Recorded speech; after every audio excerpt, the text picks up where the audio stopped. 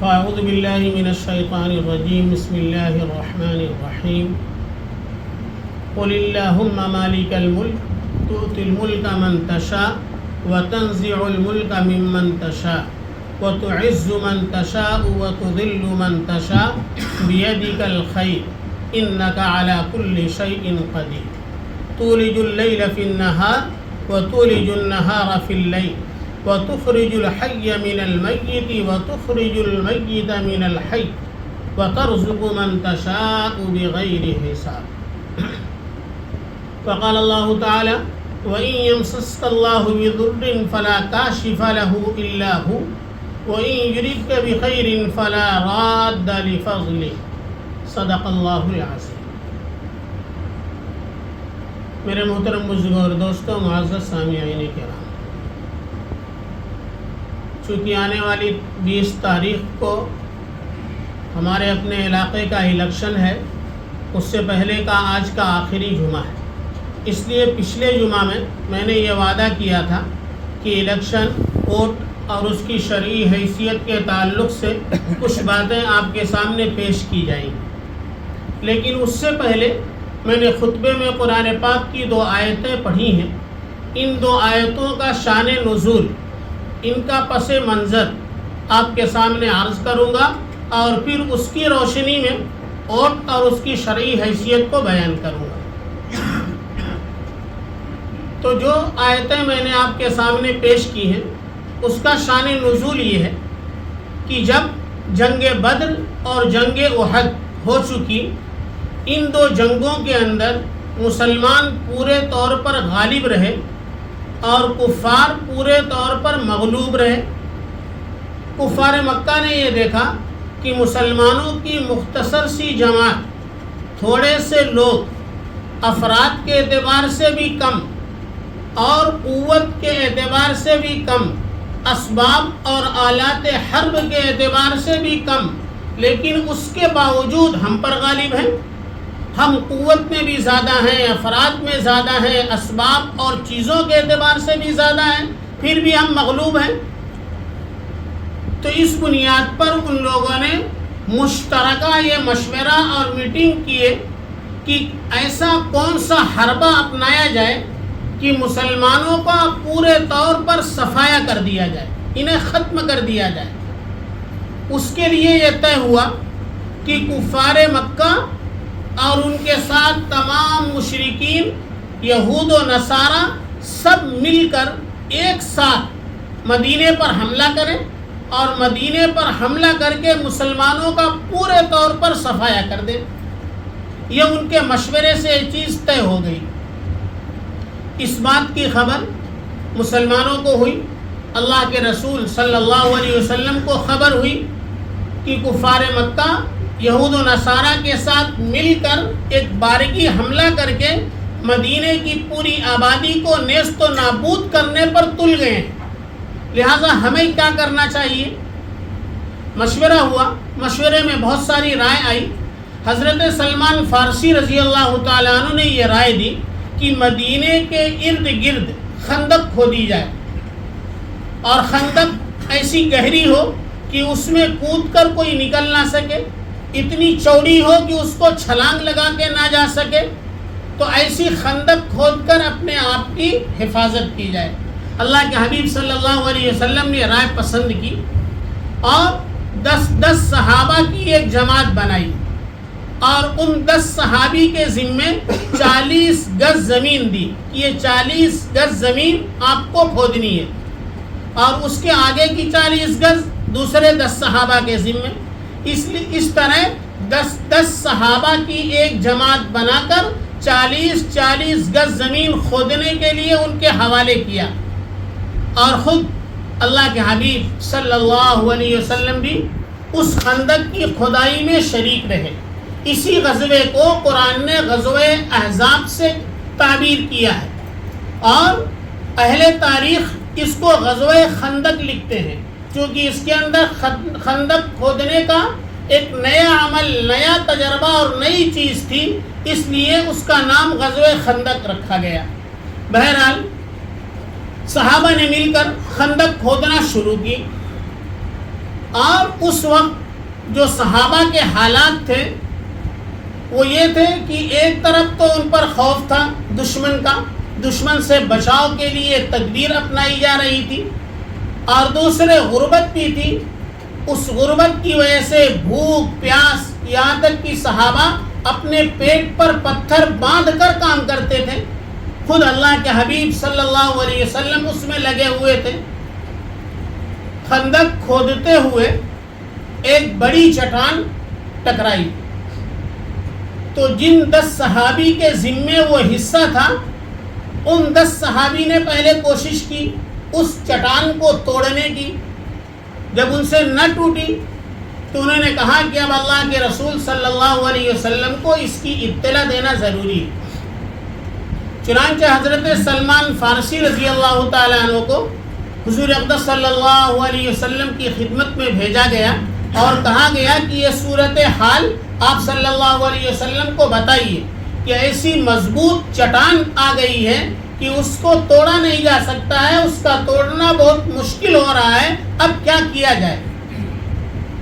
اللہ کے حبیب صلی اللہ علیہ وسلم تشریف لائے، دیکھا اور ایک صحابی کے ہاتھ سے کدال لی، لوہے کی کدال، اور اللہ کے حبیب صلی اللہ علیہ وسلم نے اس پر ایک ضرب لگائی، یعنی ایک مرتبہ زور سے مارا، جس کی وجہ سے وہ چٹان ٹوٹ گئی۔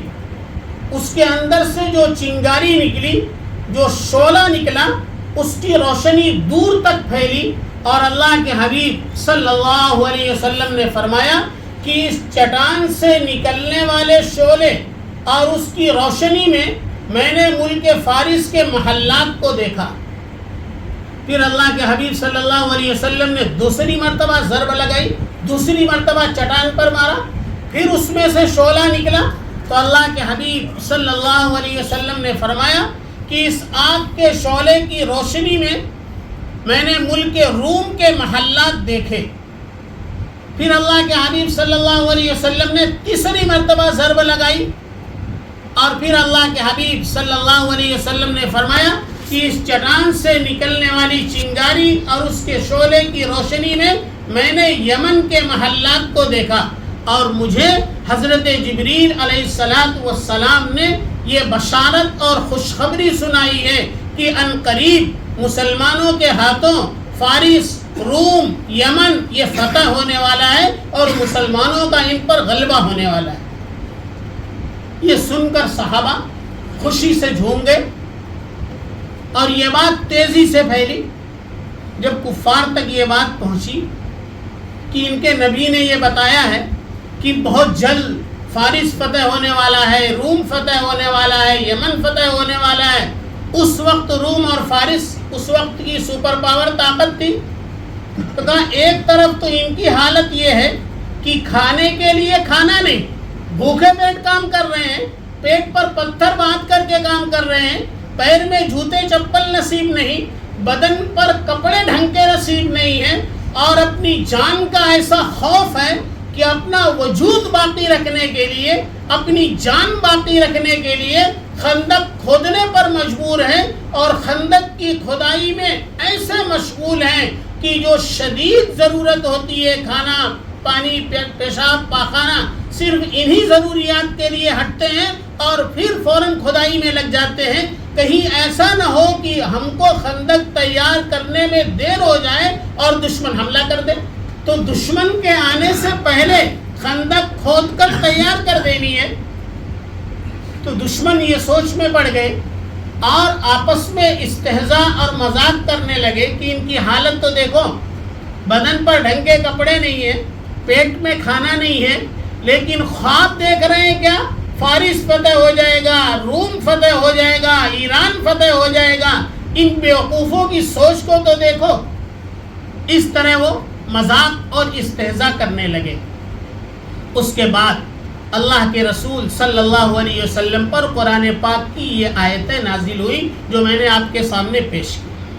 اللہ رب العزت نے حضرت جبریل علیہ السلام کے ذریعے سے یہ آیات جناب رسول اللہ صلی اللہ علیہ وسلم پر نازل فرمائی، جس کے اندر فرمایا قُلِ اللَّهُمَّ مَالِكَ الْمُلْكِ تُؤْتِي الْمُلْكَ مَنْ تَشَاءُ وَتَنزِعُ الْمُلْكَ مِمَّنْ تَشَاءُ۔ اللہ تبارک و تعالیٰ اپنے حبیب جناب محمد رسول اللہ صلی اللہ علیہ وسلم کو مخاطب کر کے کہتے ہیں قل، آپ کہہ دیجئے اللہم مالک الملک، اللہ کون ہے؟ جو ساری سلطنت کا مالک ہے۔ پھر کیا کرتا ہے؟ تُؤْتِي الْمُلْكَ مَن تَشَاءُ، جسے چاہتا ہے ملک کا کچھ حصہ دے دیتا ہے۔ وَتَنزِعُ الْمُلْكَ مِمَّن تَشَاءُ، اور جس سے چاہتا ہے ملک کا حصہ واپس لے لیتا ہے، چھین لیتا ہے۔ وَتُعِزُّ مَن تَشَاءُ، جسے چاہتا ہے عزت دیتا ہے، غلبہ دیتا ہے۔ وَتُذِلُّ مَن تَشَاءُ، اور جسے چاہتا ہے اسے ذلیل کرتا ہے، اسے پسپا کر دیتا ہے، اسے ہرا دیتا ہے۔ بِيَدِكَ الْخَيْرُ، اللہ ہی کے ہاتھ میں تمام بھلائیاں ہیں۔ إِنَّكَ عَلَى كُلِّ شَيْءٍ قَدِيرٌ، بے شک آپ ہی تمام چیزوں پر قادر ہیں۔ یہ پہلی آیت ہے۔ اس پہلی آیت کے اندر اللہ رب العزت نے اپنی طاقت اور قدرت کو بیان کر کے سمجھایا ہے۔ میری طاقت اور قدرت کو تو سمجھو، وہ کیا ہے؟ قُلِ اللَّهُمَّ مَالِكَ الْمُلْكِ، پوری دنیا اور سارے ملک کا مالک کون ہے؟ اللہ ہے۔ اور پھر اللہ جسے چاہتا ہے دیتا ہے اور جس سے چاہتا ہے لیتا ہے، اس لیے کہ مالک حقیقی صحیح معنوں میں اللہ ہی ہے۔ اور پھر اللہ اپنی مشیت اور اپنی حکمت کے تحت جسے چاہتا ہے غلبہ دیتا ہے، عزت دے دیتا ہے، اور جسے چاہتا ہے رسوا اور ذلیل کر دیتا ہے۔ کسی نے کہا خدا چاہے تو عزت دے، خدا چاہے تو ذلت دے، کسی کی دوستی اور دشمنی سے کچھ نہیں ہوتا۔ یہ تو ہمارا غلط خیال ہے، فلاں سے ہمارے تعلقات ہو جائیں گے، اس کی پہنچ بہت زیادہ ہے، اس کی بنیاد پر ہمیں عزت مل جائے گی، شہرت مل جائے گی، طاقت مل جائے گی، اور جو ہے اس کی وجہ سے ہمیں کامیابی مل جائے گی۔ یہ دھوکہ ہے۔ عزت کا مالک اللہ ہے، عزت کے نقشے میں رکھ کر کے ذلیل کر دیتا ہے، اور عزت دینے پر ہوتا ہے تو ذلت کے نقشے میں رکھ کر عزت دے دیتا ہے۔ تو عزت اور ذلت کا مالک کون ہے؟ اللہ، اور اسی کے ہاتھ میں تمام بھلائیاں ہیں، اور ایسی قوت والا ہے جو چاہے جب چاہے جس طرح چاہے کر سکتا ہے۔ اللہ نے قرآن کی اس پہلی آیت کے اندر اپنی اس طاقت اور قدرت کو بیان کیا جس کو ہم دنیا کے اندر دیکھتے ہیں۔ آج ملک کسی کے ہاتھ میں ہے، کل کسی کے ہاتھ میں ہے۔ آج کوئی عزت کی چوٹی پر ہے اور کل وہ ذلت کے گڑھے میں آ جاتا ہے، اور دوسرا عزت کی چوٹی پر پہنچ جاتا ہے۔ یہ سارا نظام اللہ کی طرف سے چلتا ہے۔ یہ دنیا میں اس طرح اللہ نظام چلاتے ہیں، اپنی قوت اور قدرت کو بیان کر کے سمجھایا۔ اس کے بعد کی آیت میں اللہ نے اپنی اس قدرت کو بیان کیا جو فلکی نظام میں، آسمانی نظام میں اللہ کی قدرت کام کرتی ہے، اس کو بیان کیا۔ فرمایا تولج اللیل فی النہار وتولج النہار فی اللیل، اللہ رات کو دن میں داخل کر دیتے ہیں اور دن کو رات میں داخل کر دیتے ہیں۔ اس فلکی نظام میں اللہ کی جو سب سے بڑی مخلوق ہے وہ سورج، چاند، سیارے۔ تو یہ سورج، چاند، سیارے، ان پر بھی مکمل اللہ کا کنٹرول اور قبضہ ہے۔ اللہ کی حکم کے بغیر، اللہ کی مشیت کے بغیر یہ ذرا بھی ادھر سے ادھر نہیں ہو سکتے۔ اللہ کے حکم کے محتاج ہیں۔ اسی بنیاد پر اللہ جب سورج کو حکم دیتے ہیں اور وہ آگے پیچھے ہوتا ہے تو اس کی بنیاد پر کبھی رات دن میں داخل ہو جاتی ہے، یعنی رات چھوٹی ہو جاتی ہے، دن بڑا ہو جاتا ہے۔ اسی طریقے سے کبھی دن رات میں داخل ہو جاتا ہے، یعنی دن چھوٹا ہو گیا اور رات بڑی ہو گئی۔ تو سورج کے نظام کو آگے پیچھے کر کے دن اور رات کو چھوٹا بڑا کرنا یہ اللہ کا کام ہے، اور اللہ نے اس کے ذریعے سے اس فلکی نظام میں اپنی طاقت اور قدرت کو بیان کیا۔ تیسرا نظام اللہ نے بتایا وَتُخْرِجُ الْحَيَّ مِنَ الْمَيِّتِ وَتُخْرِجُ الْمَيِّتَ مِنَ الْحَيِّ، کہ جو انسان اور تمام جانداروں کی روح ہے، اس روح کا نظام اللہ کس طرح چلاتے ہیں؟ اللہ نے اس میں اپنی طاقت اور قوت کو بیان کرتے ہوئے کہا وَتُخْرِجُ الْحَيَّ مِنَ الْمَيِّتِ، کہ اللہ تعالیٰ بے جان سے جاندار کو نکالتے ہیں اور جاندار سے بے جان کو نکالتے ہیں۔ بے جان سے جاندار جیسے انڈا بے جان ہے، اس سے مرغی نکلتی ہے، وہ جاندار ہوتی ہے. انسان کا نطفہ یہ بے جان ہے اور اس سے اللہ انسان بناتے ہیں جو جاندار ہوتا ہے، اور جاندار سے بے جان نکالتے ہیں. انسان جاندار ہے، نطفہ بے جان ہے جو اس سے نکلتا ہے. مرغی جاندار ہے لیکن انڈا بے جان ہے، وہ مرغی سے نکلتا ہے. تو اللہ جاندار سے بے جان کو نکالتے ہیں اور بے جان سے جاندار کو نکالتے ہیں. یہ اللہ کا روحانی نظام ہے. تو اللہ رب العزت نے ان تین نظام کو بیان کیا. آخر میں فرمایا ترزق من تشاء بغیر حساب. اللہ جسے چاہتے بے حساب روزی دیتے. اللہ نے ان آیت میں تین نظام کو بیان کر کے، چاہے وہ زمین کا نظام ہو، چاہے آسمان کا نظام ہو، چاہے روح کا نظام ہو، یہ سب مکمل طریقے سے اللہ کے کنٹرول میں ہے، اللہ کے قبضے میں ہے. ان نظام سے فائدہ اٹھانے کے لیے ضروری ہے کہ جو اس نظام کا چلانے والا ہے، جو اس کا مالک ہے، ہم اس سے اپنے تعلقات کو مضبوط کریں، اپنے رشتے کو مضبوط کریں، تو اللہ کے اس نظام سے مکمل طور سے ہم فائدہ اٹھانے والے بنیں گے. اللہ تعالیٰ نے اس میں اپنی قدرت کو بیان کر دیا. اب اس واقعے سے معلوم یہ ہوا کہ اللہ سب کچھ کے کرنے والے ہیں، لیکن اللہ نے دنیا کو دار الاسباب بنایا. چونکہ دنیا دار الاسباب ہے، اس لیے سبب کو اپنانا پڑتا ہے. ہوتا تو اللہ کی طرف سے ہے، جیسے فرمایا وَإِن يَمْسَسْكَ اللَّهُ بِضُرٍّ فَلَا كَاشِفَ لَهُ إِلَّا هُوَ. اللہ جس کو نقصان پہنچانا چاہے تو اللہ کے علاوہ کوئی نقصان کو ٹال نہیں سکتا. وَإِن يُرِدْكَ بِخَيْرٍ فَلَا رَادَّ لِفَضْلِهِ. اللہ جس کے اوپر خیر کا معاملہ کرنا چاہیں، فائدہ پہنچانا چاہیں، نفع پہنچانا چاہیں، تو اللہ کی طرف سے آنے والا فائدہ اور نفع دنیا کی کوئی طاقت اس کو روک نہیں سکتی. اس لیے کہا ہر مسرت بھی وہی، غم بھی وہی دیتا ہے، دھوپ اور چھاؤں کا موسم بھی وہی دیتا ہے، اور زخم لگتے بھی نہیں اس کی اجازت کے بغیر، اور پھر زخم پر مرہم بھی وہی دیتا ہے. تو سارا نظام اللہ کے قبضہ قدرت میں ہے. اللہ سے تعلق کو صحیح کرو، اللہ کے اس موجودہ نظام سے فائدہ اٹھاؤ. پھر اس کے لیے اللہ نے جو اسباب بتائے ہیں ان اسباب کو اپناؤ. قرآن کی اس آیت سے معلوم ہوا کہ پورے مشرکین، یہود و نصارہ سب مل کر حملہ کرنے والے تھے، تو بچانے والا کون تھا؟ اللہ.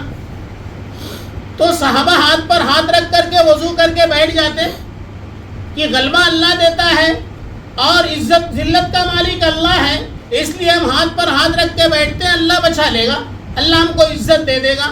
اللہ نے کہا نہیں، یہ ہاتھ پیر دل دماغ جو ہم نے دیے ہیں اسباب کی دنیا میں، ان کا اپنانا ضروری ہے. ان اسباب کو اپنانے کے بعد پھر میری ذات پر توکل اور بھروسہ ہے. یہ شریعت کی تعلیم ہے. اولاد کا مالک اللہ، لیکن آدمی دروازہ بند کر کے گھر میں چین سے سوئے کہ اولاد تو اللہ دیں گے، کوئی آئے گا دروازہ کھولے گا اور گھر میں رکھ کے جائے گا. اسے شادی کرنے کی ضرورت نہیں، میاں بیوی کے تعلقات کی ضرورت نہیں. نہیں، اللہ اولاد دیتے ہیں، لیکن اللہ نے ایک سبب بنایا ہے. روزی کا مالک اللہ ہے، لیکن آدمی ہاتھ پہ ہاتھ رکھ کے بیٹھ جائے کہ روزی تو اللہ دیں گے، تو اللہ کے فرشتے گھر میں راشن کی گونی رکھ کر کے نہیں جائیں گے، بلکہ ہاتھ پیر کو چلانا پڑے گا. زراعت، ملازمت، تجارت، جو شعبہ اپناؤ اس شعبے میں محنت کرنے کے بعد اب اللہ کی ذات پر بھروسہ کرو کہ روزی تو اللہ دیں گے. یہ اسباب ہیں، ان اسباب کے ذریعے سے اللہ دیتے ہیں. اللہ ان اسباب کے محتاج تو نہیں ہے، اللہ بغیر سبب دینے پر قادر ہے، لیکن اللہ کی سنت یہی ہے کہ اللہ سبب کے بعد دیتے ہیں. اللہ کبھی کبھی اپنی طاقت دکھانے کے لیے بغیر اسباب بھی دے دیتے ہیں. حضرت ساری دنیا ماں کے پیٹ سے پیدا ہوتی ہے، آدم علیہ السلام بغیر ماں کے پیدا ہو گئے، حضرت حوا بغیر ماں کے پیدا ہو گئی، حضرت عیسیٰ علیہ السلام بغیر باپ کے پیدا ہو گئے. یہ اللہ کی سنت نہیں، یہ اللہ کی قدرت ہے. اللہ اپنی قدرت اس طریقے سے دکھاتے ہیں. لوگ جو ہے سیکھتے ہیں، پڑھتے ہیں، پھر انہیں جانکاری ہوتی ہے، انہیں نالج ہوتا ہے. آپ حضرات نے سنا ہوگا حقانی صاحب زبردست عالم تھے، وہ حدیث کی کتابیں پڑھتے تھے. اگر ان کے سامنے حدیث کی کتاب رکھ دی جائے کہ بتاؤ بخاری میں کہاں لکھا ہے, تم بخاری کا حوالہ دے کے حدیث پڑھ رہے ہو, تو وہ کتاب میں دیکھ کر حدیث نہیں پڑھ سکتے تھے. انہوں نے سیکھا پڑھا نہیں تھا, اللہ کی طرف سے من جانب اللہ مل گیا. لیکن یہ اللہ کی قدرت ہے, ایسی بغیر سیکھے پڑھے سب کو مل جائے ایسا نہیں ہوتا. اللہ کی سنت یہ ہے کہ سبب اپناؤ, اس کے بعد ہماری مدد کو, ہماری قدرت کو دیکھو. تو اللہ نے ہر چیز کے لیے اسباب بنائے. اب ہمارے جو موجودہ حالات ہیں, ان موجودہ حالات کو تبدیل کرنے کے لیے ہمیں اسباب کو اپنانا ہوگا, اللہ کی ذات پر بھروسہ کرنا ہوگا. اللہ نے قرآن میں کہا ان اللہ لا یغیر ما بقوم حتی یغیروا ما بانفسہم. اللہ تعالیٰ کسی بھی قوم کی حالت کو اس وقت تک نہیں بدلتے ہیں جب تک وہ خود اپنی حالت کے بدلنے پر آمادہ اور تیار نہ ہو جائے, اس کی محنت اور کوشش میں نہ لگ جائے, جب تک اللہ کو نہیں پڑی ہے کہ اس کی حالت کو بدلیں. کسی نے کہا خدا نے آج تک اس قوم کی حالت نہیں بدلی, خدا نے آج تک اس قوم کی حالت نہیں بدلی, نہ ہو جس کو خیال خود اپنی حالت کے بدلنے کا. جب تک انسان اپنی حالت بدلنا نہیں چاہے گا, اللہ کو نہیں پڑے گی کہ تمہارے حالات کو بدلنے. ہاں, ہمیں اپنے حالات کو بدلنے کے لیے محنت کوشش کرنا پڑے گا, اس کے لیے جو اسباب ہیں وہ اپنانا پڑے گا. اب ان اسباب کو سامنے رکھ کر ہمارے سامنے جو ہے یہ اوٹ کا معاملہ ہے 20 تاریخ کا. تو سب سے پہلی بات تو یہ ہے کہ اوٹ جو ہے ہم یہ سمجھتے ہیں دنیاوی معاملہ ہے, دے دیے تو ٹھیک ہے, اچھی بات, نہیں دیے تو کیا ہوا.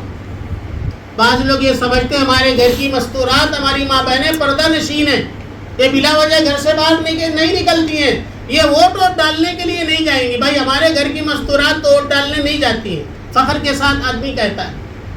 حالانکہ ووٹ یہ ایک طاقت ہے, ایک قوت ہے, جس کے ذریعے سے کرسی پر بیٹھایا جاتا ہے اور کرسی پر بیٹھے ہوئے کو ہٹایا جاتا ہے.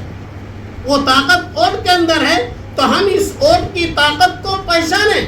ہماری حکومت نے ہمیں جو یہ اختیار دے رکھا ہے, اپنے اس اختیار کا استعمال کریں اس نیت کے ساتھ کہ ظالم سے ہماری اور پوری قوم کی حفاظت ہو. ایسے لوگوں کو وہاں پہنچایا جائے جس کے ذریعے سے ہمیں اور پوری قوم کو, پوری امت کو فائدہ پہنچائے. اس نیت کے ساتھ ضروری سمجھ کر ووٹ دینا ہماری شرعی ذمہ داری ہے, ہماری ملی ذمہ داری ہے. تو شرعی, دینی, ملی ذمہ داری سمجھتے ہوئے ووٹ ڈالنے کی فکر کریں. اس لیے ہر ایک یہ طے کرے ہمیں خود بھی ووٹ ڈالنا ہے, اور ہمارے گھر میں جتنے ووٹرز ہیں, جتنے 18 سال سے زیادہ کے ہیں, ہر ایک کو اس پر آمادہ کریں گے, تیار کریں گے. جو مریض اور بیمار ہیں انہیں بھی لے کر کے جائیں گے اور ان کے ذریعے سے ووٹ ڈلوائیں گے. ہمارے اسلاف مولانا خالد سیف اللہ رحمانی, مولانا سجاد نعمانی, یہ لوگ کافی اپیل اس سلسلے میں کر رہے ہیں کہ ایک ووٹ ہمارا ایسا نہ ہو جو نہ پڑے, بلکہ ہمارے تمام ووٹ 100% ووٹ پڑیں. اس کی محنت کرنا, کوشش کرنا یہ ہم سب کی ذمہ داری ہے. تو پہلی نیت یہ کریں ہم خود بھی ووٹ ڈالیں گے اور اپنے سارے متعلقین میں جتنے ووٹرز ہیں سب کا ووٹ پڑے, اس کی محنت اور کوشش کریں گے.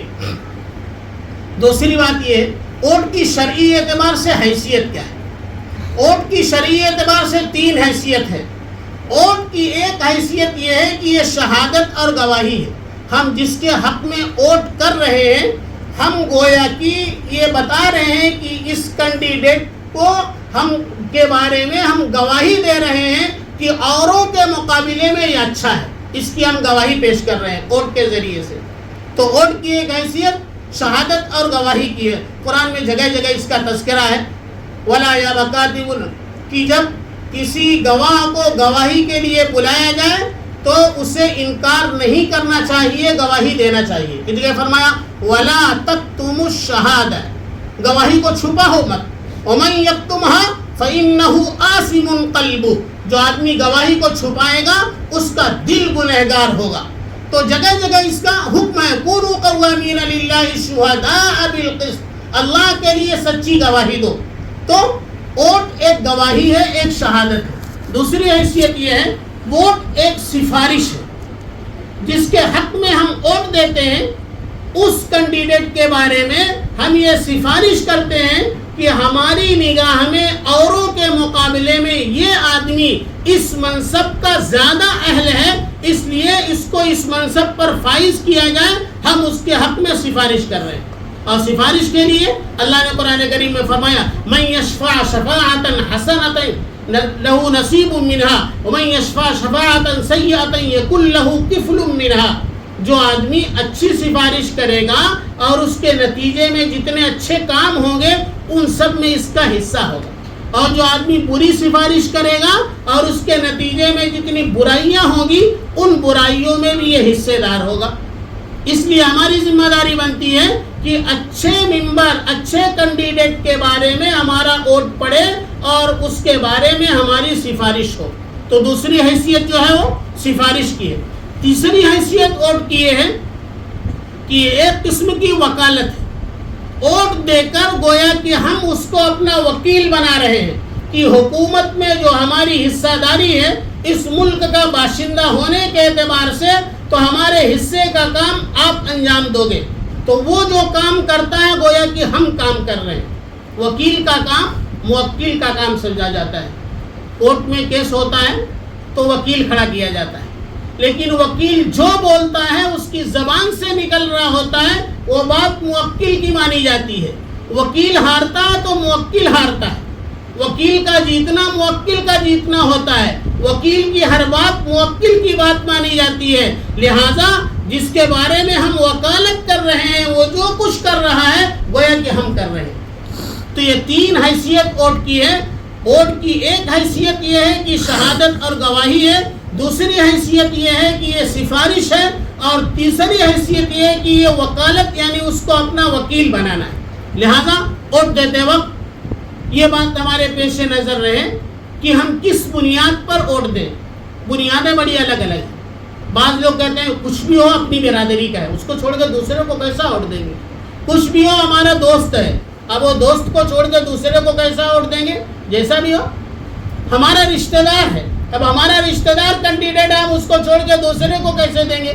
یا بعض مرتبہ ذاتی منفعت ہوتی ہے کہ لوگوں کے لیے جیسا بھی ہو لیکن ہمیں یقین ہے میرے ساتھ تو غلط نہیں کرے گا۔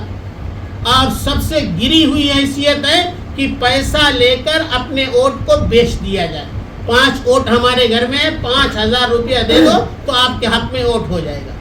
یہ پیسہ لے کر ووٹ دینا، اس مال کو کھانا شراب پینے سے زیادہ برا، خنزیر کا گوشت کھانے سے زیادہ برا ہے جو پیسے لے کر اپنے ووٹ کو بیچ دیا جاتا ہے۔ تو برادری کی بنیاد پر، دوستی کی بنیاد پر، رشتہ داری کی بنیاد پر، اپنے ذاتی نفع کی بنیاد پر ووٹ نہیں بلکہ قومی، ملی، اجتماعی فائدے کو سامنے رکھ کر کہ کس کو ووٹ دینے میں پوری قوم کا، پوری عوام کا فائدہ ہے اسے ووٹ دینا ضروری ہے۔ لہذا ایک تو بنیادی بات یہ کہ ووٹ ڈالنا ضروری ہے، شرعی اعتبار سے ہماری ذمہ داری ہے، اور دوسری چیز یہ ہے کہ ووٹ دیتے وقت ملی فائدہ سامنے رکھ کر کے ووٹ دیا جائے۔ کس کو ووٹ دیا جائے؟ اس وقت ہمارے ملک کے موجودہ حالات کے اعتبار سے 2 مختلف نظریے ہمارے سامنے ہیں۔ ایک طرف تو وہ نظریہ ہے فرقہ پرستوں کا، جن کا ایجنڈا یہ ہے، جن کے لوگ کھلے لفظوں میں یہ کہتے ہیں کہ ہم ہندوتوا کی محنت کرتے ہیں، ہم آئیں گے اکثریت میں تو ہندو راشٹر بنائیں گے، اور ملک کا جو آئین ہے، قانون ہے، جو سمویدھان ہے اس کو بدل کر کے رکھ دیں گے۔ ایک طرف تو وہ طاقت ہے، ایک طرف وہ طاقت ہے جو یہ کہتی ہے کہ جمہوری ملک ہے، یہ سیکولر ملک ہے، ہم سیکولرزم پر چلنے والے ہیں، ہم آئیں گے تو ملک کے موجودہ نظام کو باقی رکھتے ہوئے ملک میں ہر شہری کی حصہ داری ہے، ہر ایک کا برابر حق ہے، ہر ایک کو اس کا پورا حقوق دیا جائے گا، اور ملک کے سمویدھان کو، آئین کو، قوانین کو اپنی جگہ پر باقی رکھا جائے گا۔ یہ 2 مختلف نظریے ہمارے سامنے ہیں۔ اب یہ بات بالکل اظہر من الشمس ہے، روز روشن کی طرح کھلی ہوئی ہے کہ وہ طبقہ جو سمویدھان کو ختم کرنے کی بات کرتا ہے، جو ملک کے آئین کو چینج کرنے، بدلنے کی بات کرتا ہے، اس میں ہمارے لیے تباہی ہے، اور وہ طبقہ جو ملک کے آئین کی حفاظت کی بات کرتا ہے اس میں ہماری عزت، ہمارے جان و مال کی بقا ہے۔